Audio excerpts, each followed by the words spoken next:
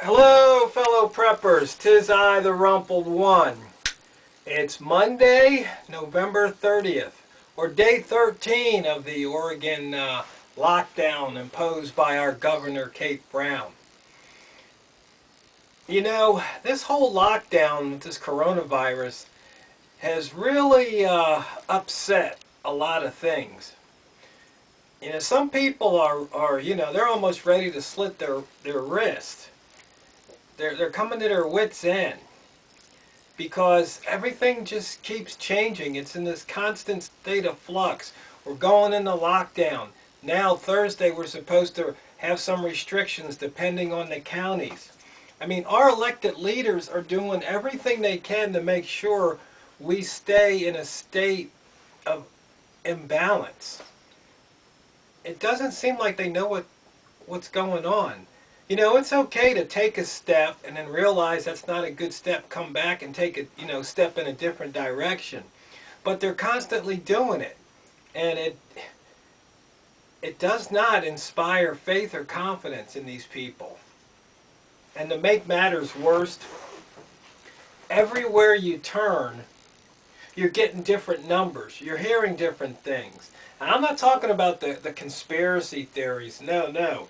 I'm talking about from, valid sources, where there was that one report that came out that was put online, and then all of a sudden it's gone. They took it, but somebody, of course, saved it, and now you can read it. What's that about?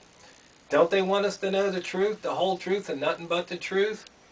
Or do they want us just to know enough where they can pull our strings? You have to wonder about it. You really do. I mean, and people are saying, well, what should we do? What should we do? Well, once again, you should be prepared. Well, prepared for what? For whatever. You only have to be prepared to do three things at any given time. Bug in, stay put, bug out, leave, or if you're away, get home. If you can do those three things 24/7, then you're prepared. Now, the thing is, if you're home, if you're bugging in your home, that's pretty much what we have to do. I mean, I'm not sure how many neighbors reported their neighbors because they had, more than 6 people at their Thanksgiving dinner table. I mean, that's just crazy. That's just straight out of 1984, as I think I mentioned in the last video. And by the way, I hope you all had a very nice, safe, fun, festive holiday weekend with Turkey Day. I got my fill. Hope you had some apple pie too. Or pumpkin pie if you prefer. Or even pecan pie. I'm not much for nuts and pies. But anyway, I diverge. What should you do? Well, I mean, based on recent events, you should be smart and figure if it happened once, it could most likely happen again, like the run on toilet paper. I was at the store yesterday, and the store I was at, they had a sale on shotgun shells. 2 boxes, $5. Well, I was paying $5, I mean, back in the 90s for shotgun shells. So, hey, that's a good deal. And whenever I can find them $5 a box or less, I buy them by the case. Usually at minimum 1 case, but sometimes be 2 cases, $100. If I've got some money lying around that I want to invest in shotgun shells. But the lady said, I said, how many can I get? She goes, 2. And I'm thinking, you mean only 2 boxes? She goes, yeah, 2 boxes for $10, that's it, yeah. So I took the 2 boxes. I mean, that's only 2 rounds if you're shooting skeet or trap. That's just 2 rounds. So, and usually when I go to the trap range, I mean, it's nothing to do 4 rounds, and that's light day. I mean, some of those guys are probably doing 10 or 12 rounds. So, they'll easily burn up a case. But, those days, I guess, are long gone. So you have to maybe find some buddies that don't shoot, take them to the store with you, give them $10 and have them buy you some some ammo. But those are the types of things you have to be aware of. Just, if you pay attention, you see what's happened before, think this could happen again. Go down the baking aisle at the grocery store. Flour, sugar, salt, baking powder, baking soda. Things like that. Are they out? Do you have enough?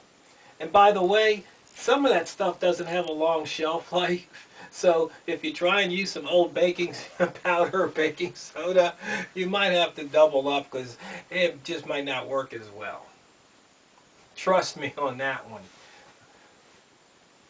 So, that's what you have to do. And just anything, if you see a sale where, it's usually 2 for $1, but now it's on sale 3 for $1, cans of corn, beans, whatever, stock up.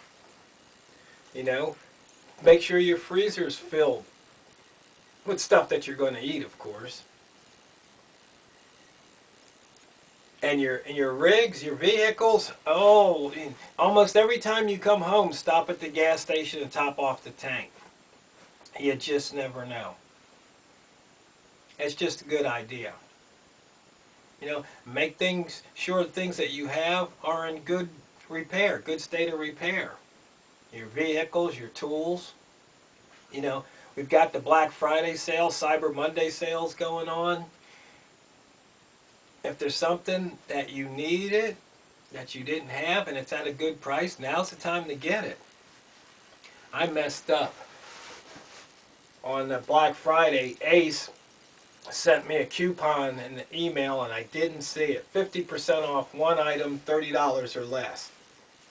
And that's usually what I do is I go in and I get a really nice $30 saw blade for 15 bucks. That's usually what I do. Or if there's something other tool or something else I might want, that's what I'll take advantage of that. But I missed out on that one, so that's one I messed up on. Hopefully maybe some of you took advantage of that. But, the main thing is our elected officials are going to do who knows what. So you just have to be prepared to do what you can do to keep your life as nice and well as possible. Make sure you got plenty of firewood if you burn wood to stay warm. Make sure your bills are paid if you can. And that's something that's really scary on the horizon for people who are renting and who haven't been paying rent. Sooner or later they're going to wind up getting evicted. And that's when things are going to get really bad. Not to mention the fact that, drugs have been decriminalized. I think I mentioned that in another video. In fact, I've been contacting neighbors. We've been talking about it.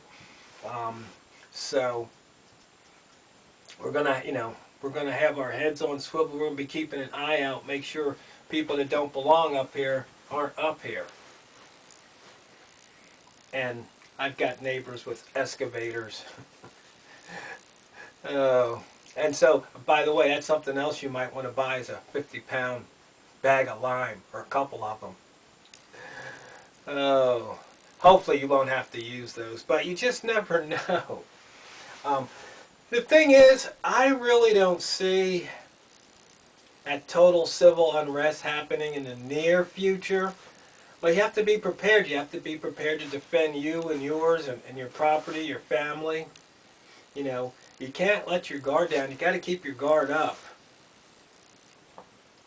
Because you just don't know. Somebody got their car broken into. They were at a store. It's just stuff like that happens. Maybe what you do is if you got 2 or 3 people, one person stays behind, keeps an eye on the car while the other 2 people go in shopping. It's just, or you guys take turns. One person goes in, gets what they need, they come out, then the other person goes in. It might seem paranoid, but the thing is, you don't want to come out and find your windows smashed and something stolen out of your car, your stereo, or something that you bought at a different store. You just don't want that. So you have to take precautions. And the thing is, some people go, well, yeah, you're paranoid, you're this, you're that. It's like, you know what? What other people think of me is none of my business. You know, so long as when the day is done, I'm, no worse off than when the day started. In fact, maybe I'm a little bit better off because what I did during the day puts me in a little bit better position than when I started. I don't really care what they think. And neither should you. I mean, you really shouldn't. People think you're crazy because you wear camo, or you call yourself a prepper, or you do this, or you have a gun, or you have a year's supply of toilet paper. It doesn't matter what they think. It's what you think, because you're the one taking care of you, not them. I mean, really, when you look at some of these people who are criticizing, sometimes you just have to laugh. It's like, would you trade places with them? If you wouldn't, then why do you care what they think about you? I mean, that's the bottom line. And so, before, things get better, they'll probably get worse. I hope they don't, but they probably will. So, just be prepared for it and do what you need to do so you can survive through it. And for each person, that's up to you. I can't tell you what you need to do, other than I can tell you what I think you should be able to do, which is bug in, bug out, or get home 24/7. But, what that means to you, what that looks like for you is probably totally different than what it looks like for me.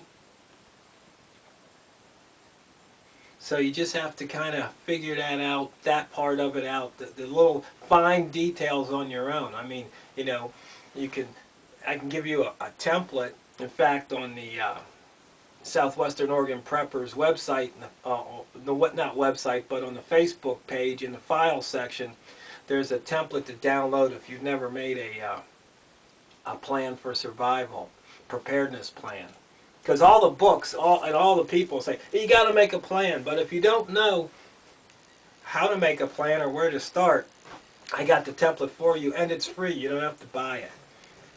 Public service. So, once again, I hope you guys had a really nice Thanksgiving. And I hope things here in Oregon and around the rest of the country, state, world, get better. But in the meantime, just remember, if you fail to prepare, you're preparing to fail.